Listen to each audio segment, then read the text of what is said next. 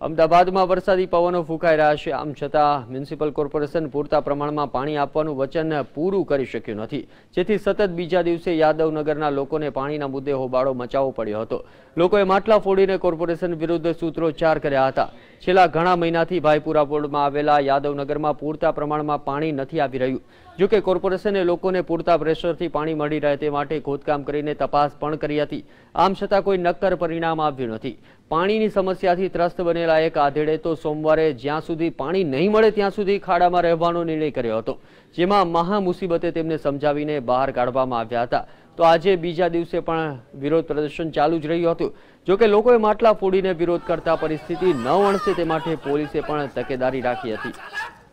Sir पानी 2 महीना से नहीं आ रहा, हम लोग बहुत परेशान हैं और यहाँ ये खोद खाद करके चले जाते हैं सब लोग।